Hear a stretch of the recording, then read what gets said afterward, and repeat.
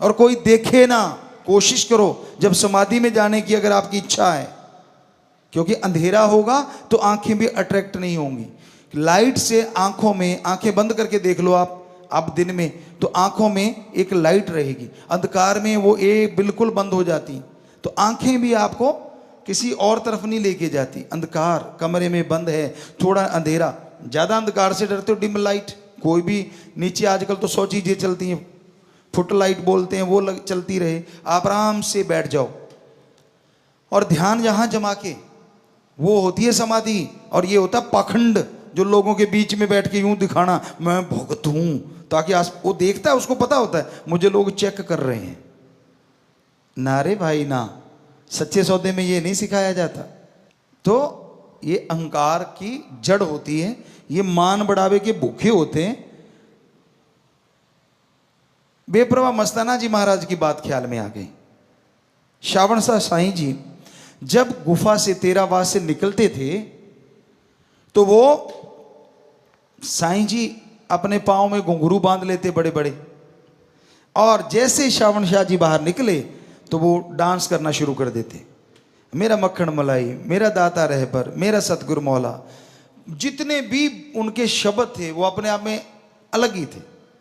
अब वहां गड़बड़ हो जाती, क्योंकि अलग अलग परंपरा होती है। ब्यास जी में ये परंपरा है कि वहां साध संगत जाती है तो समाधि रूप में बैठती है, लेकिन वहां अब मान लो सारे आदमी ऐसे बैठे हैं और वहां मस्ताना जी महाराज नाच रहे हैं, वहां तो कोई नाचता नहीं था।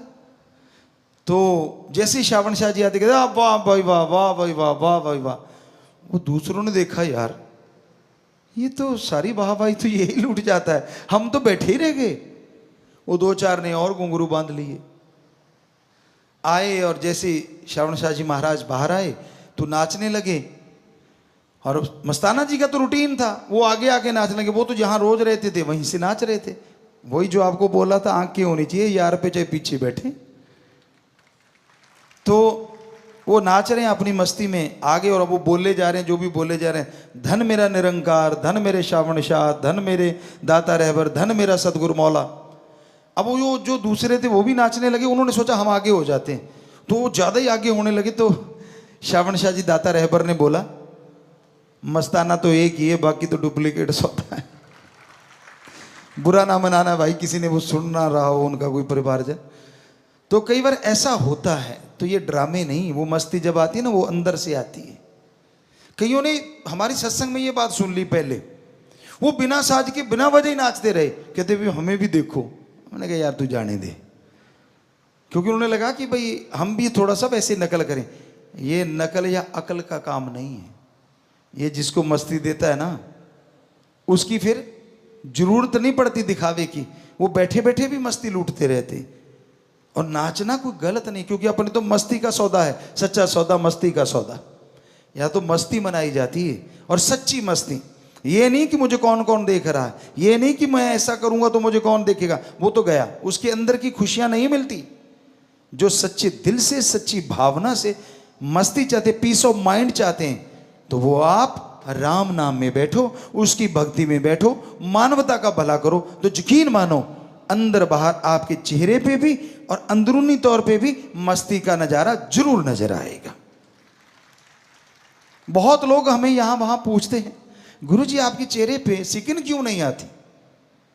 हमने कहा हमारा यार दोनों जहां का मालिक है और वो जानता है, इसलिए वो सिकिन नहीं आने देता किसी भी स्थिति में, इसलिए सिकिन नहीं आती। वरना ये शरीर तो वही है जो सबका है, इंसानी शरीर है, पर दृढ़ यकीन है अपने सदगुरु शाश्वत नाम शाह मस्तान दाता रहबर पे, था, है, हमेशा रहेगा। हमें किसी को वो चिट देने की जरूरत नहीं है।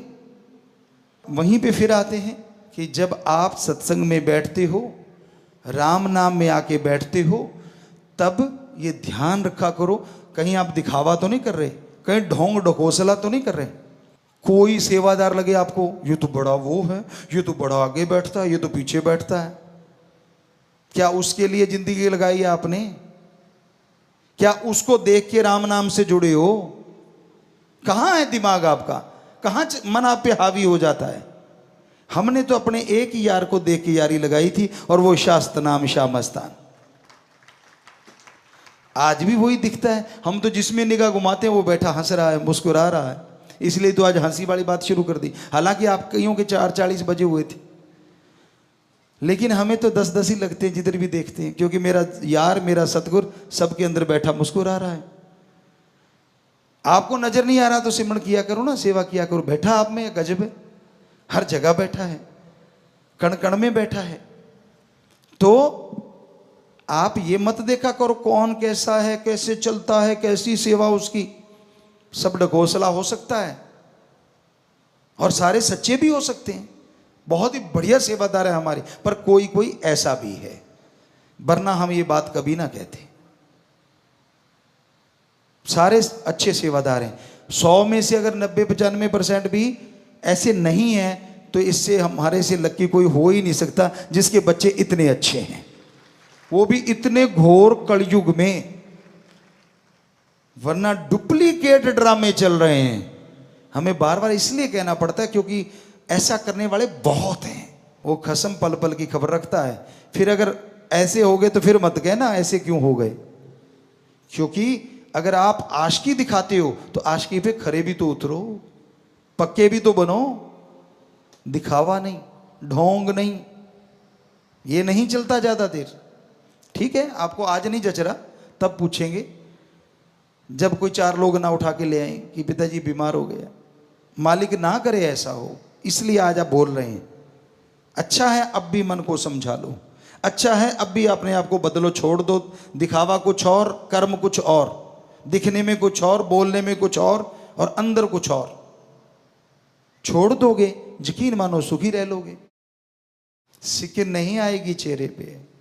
अगर 100% गुरु से प्रीत लगी है, गुरु बिना दूसरी बात ही नहीं आती। गुरु की निंदा सुनना तो दूर की बात, अगर चस्के लेके सुनते हो या ऐसे लोगों की सोहबत करते हो तो फिर मुश्किल है चेहरे पे नूर रह पाना। इसलिए हाथ जोड़ के विनती है, बुरा ना मनाओ। एक माँ बाप की तरह कह रहे हैं हम, कौन सा कुछ गलत कह रहे हैं, सच्ची बात कह रहे हैं जो कि बेहद कड़वी होती है। कड़वी तो कुनैन भी होती है। पुराने टाइमों में, आजकल सुगर कोटेड आ गया, हमारे ज़माने में मान लो 70-72 में ये देखा करते थे, बड़ी कड़वी कुनैन आती थी और वो लिक्विड होती थी।